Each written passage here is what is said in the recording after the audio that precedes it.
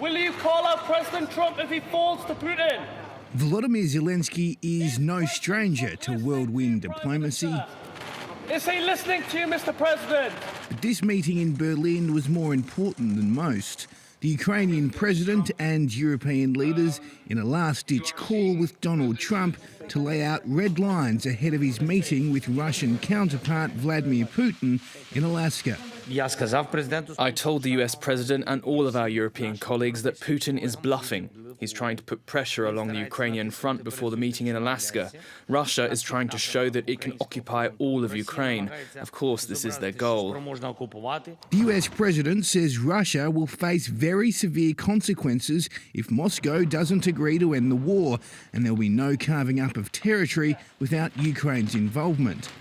And we'll have a quick second meeting between President Putin and President Zelenskyy and myself if they'd like to have me there.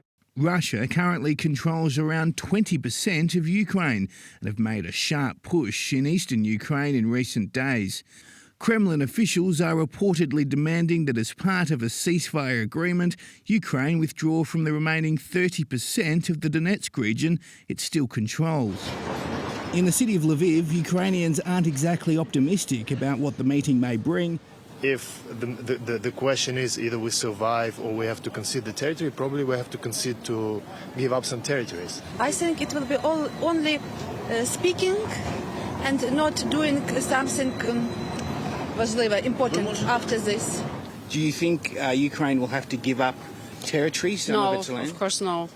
The Ukrainian president and his allies have made their pitch, and after what Donald Trump described as a positive call, appear cautiously optimistic that the United States president will keep the interests of Ukraine at the forefront of his mind in Alaska. I would rate it a 10, very, very friendly. But how he'll rate his meeting with Vladimir Putin is anyone's guess. Elias Kluwer, ABC News, Lviv.